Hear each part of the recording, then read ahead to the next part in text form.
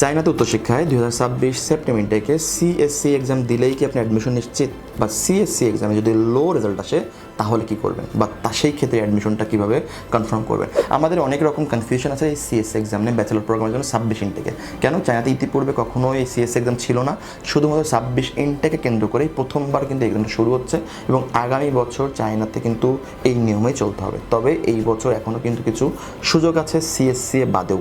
তবে আমরা এখন আলোচনা করব সিএসসি রেজাল্ট নিয়ে, এবং এই রেজাল্টের লো হলে কি সুবিধা অসুবিধা, বা এই সিএসসি মানে কি অ্যাডমিশন কিনা। প্রথমে বলবো এই সিএসসি এক্সামটা কিন্তু চাইনিজ গভর্নমেন্টের একটা রুলস, এটা হলো একটা এন্ট্রি রিকোয়ারমেন্ট। এটা কিন্তু কোনো কিছু, এটা জাস্ট একটা স্ক্রিনিং সিস্টেম যে আপনার কোয়ালিটিটা যাচাই করবে, এবং কোন কোন সাবজেক্টে, এখানে ম্যাথমেটিক্স, এখানে ফিজিক্স এবং কেমিস্ট্রি, এই তিনটা সাবজেক্টে পার্টিকুলারলি এখানে কিন্তু এক্সাম হচ্ছে 100 মার্কের করে। যে সকল শিক্ষার্থী ইঞ্জিনিয়ারিং সাবজেক্ট ব্যাচেলার করবে তাদের জন্য ম্যাথ অ্যান্ড ফিজিক্স কম্পালসারি পড়তে হবে। যে সকল শিক্ষার্থী বিজনেসে পড়বে তাদের জন্য শুধু ম্যাথ। যে সকল শিক্ষার্থী পেট্রোলিয়াম, কেমিক্যাল, এমবিবিএস, ফার্মেসি সাবজেক্টে ব্যাচেলার করবে তাদের জন্য ম্যাথ অ্যান্ড কেমিস্ট্রি তাদের এক্সাম দিতে হবে। এখন কথা হলো যে এই এক্সামটার কী আসলে, এই এক্সামটা হলো একটা স্ক্রিনিং সিস্টেম, যেখানে ভার্সিটি বলেছে এই এক্সামের রেজাল্টটা ইম্পর্টেন্ট না, বাট এক্সামটা দেওয়া ইম্পর্টেন্ট, অ্যাটেন্ড করতে হবে। তো অ্যাটেন্ড করার পরেই কিন্তু আমরা অ্যাপ্লিকেশন করতে পারবো।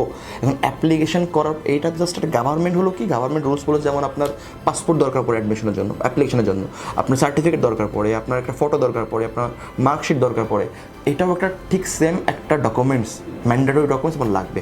এর বাইরে কি, এরপরে ভার্সিটির এখতিয়ার যে তারা আপনাকে অ্যাডমিশন দিবে কি দিবে না। ইভেন আপনার সিসাতে খুব ভালো রেজাল্ট, আমি ধরলাম 90, কিন্তু আপনি লেট মোমেন্টে অ্যাপ্লিকেশন করেছেন, আপনার সিজিপিএ লো বা আপনার জিপিএ লো, আপনি কিন্তু ওখানে ভালো স্কলারশিপ পাবেন না। আপনি সাপোজ আপনার বয়স বেশি বাট আপনি সিজে খুব ভালো করেছেন, আপনি অ্যাডমিশন দিবে না। কেন? ভার্সিটির আলাদা স্ট্যান্ডার্ড আছে অ্যাডমিশনের জন্য। ভার্সিটি ডিসিশন নেবে কাকে দিব কাকে দিব না। দ্যাট মিনস অ্যাডমিশনটা টোটালি ডিপেন্ড করবে ইউনিভার্সিটির উপরে, স্কলারশিপ ইউনিভার্সিটির উপরে। তার মানে সিসা দিলে নিশ্চিত না। সেই ক্ষেত্রে আপনার জন্য কী করতে হবে, সিসা যেমন দিচ্ছেন সাথে সিসার বাইরে যে ভার্সিটিগুলো আছে এইগুলো আপনাকে অ্যাপ্লিকেশন করতে হবে। তাহলে কি আপনারা ব্যালেন্স করতে পারছেন।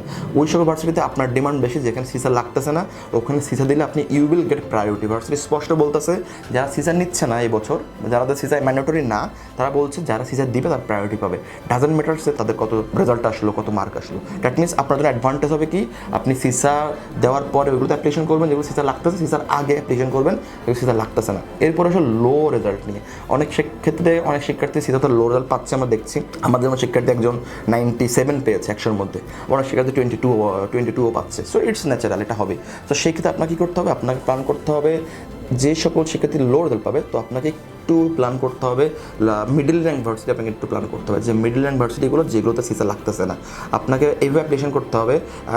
1 থেকে 500 র্যাঙ্কের মধ্যে 2 থেকে 3টা অ্যাপ্লিকেশন করবেন, 500 থেকে 1500-র মধ্যে 2 থেকে 3টা করবেন, 1500 থেকে 3000 র্যাঙ্কের মধ্যে 2 থেকে 3টা। যখন আপনি এভাবে মাল্টিপল অ্যাপ্লিকেশন করবেন মাল্টিপল ভার্সিটিগুলোতে, মাল্টিপল ক্যাটাগরির, তখন কিন্তু দেখা যাচ্ছে কি আপনার দিন শেষে 2 থেকে 3টা আপনার অ্যাডমিশন আসবে। একটা অ্যাডমিশন আসলে সাকসেস না। আমরা অলওয়েজ চিন্তা করি একটা শিক্ষার্থীর জন্য মাল্টিপল অ্যাডমিশন আনা। যখন একটা শিক্ষার্থী মাল্টিপল অ্যাডমিশন আসে তখন কিন্তু ইজিলি সিদ্ধান্ত নেওয়া যায় হুইচ ওয়ান ইজ বেস্ট, কোন ভার্সিটি একটু বেশি র্যাঙ্কিং মানে ভালো হচ্ছে, কোনটাতে বেশি স্কলারশিপ পেয়েছি, কোনটাতে সাবজেক্ট আমার মনের মতো, কোনটাতে সিটি ভালো। দিন শেষে সব কিছু মিলায় একটা ব্যালেন্স হলে কিন্তু ভালো লাগবে। যদি এমন হয় শুধু একটা অ্যাডমিশন আসছে, আলটিমেটলি আপনার কাছে কিচ্ছু নাই, তখন আপনি বাধ্য কিন্তু যেতে, অথবা আপনার কিন্তু যাওয়ার স্বপ্ন কিন্তু নষ্ট হতে পারে। তো মাথায় রাখবেন সিসা মানে সব কিছু না। সিসা দেওয়া দিলে আলহামদুলিল্লাহ খুব ভালো, যেহেতু এখন টাইম অনেক কম, এখন সিসা চিন্তা করাই যাবে না। এখন সিসা বাদে অনেক ইউনিভার্সিটি চায়নাতে আছে, সেগুলো আপনাকে অ্যাপ্লিকেশন করতে হবে। সেভাবে আপনি যদি অ্যাপ্লিকেশন করতে পারেন, দেখা গেছে কি দিন শেষে আপনার প্রোফাইলে আপনার পছন্দ মতো ভালো ভার্সিটি, স্কলারশিপ, সিটি, সাবজেক্ট সব কিছু চলে আসছে। চায়না উচ্চশিক্ষা ব্যাচেলর প্রোগ্রামে যদি আপনার যদি কোনো আগ্রহ থাকে, জানার থাকে, তাহলে আমাদের অফিসে আসতে পারেন। আমরা 7 বছর বেশি সময় চায়না বিভিন্ন ইউনিভার্সিটি স্কলারশিপ নিয়ে কাজ করে আসছি। আশা করি আপনার উচ্চশিক্ষার জার্নি WWCর সাথে শুরু হবে। ভালো থাকবেন। আসসালামু আলাইকুম।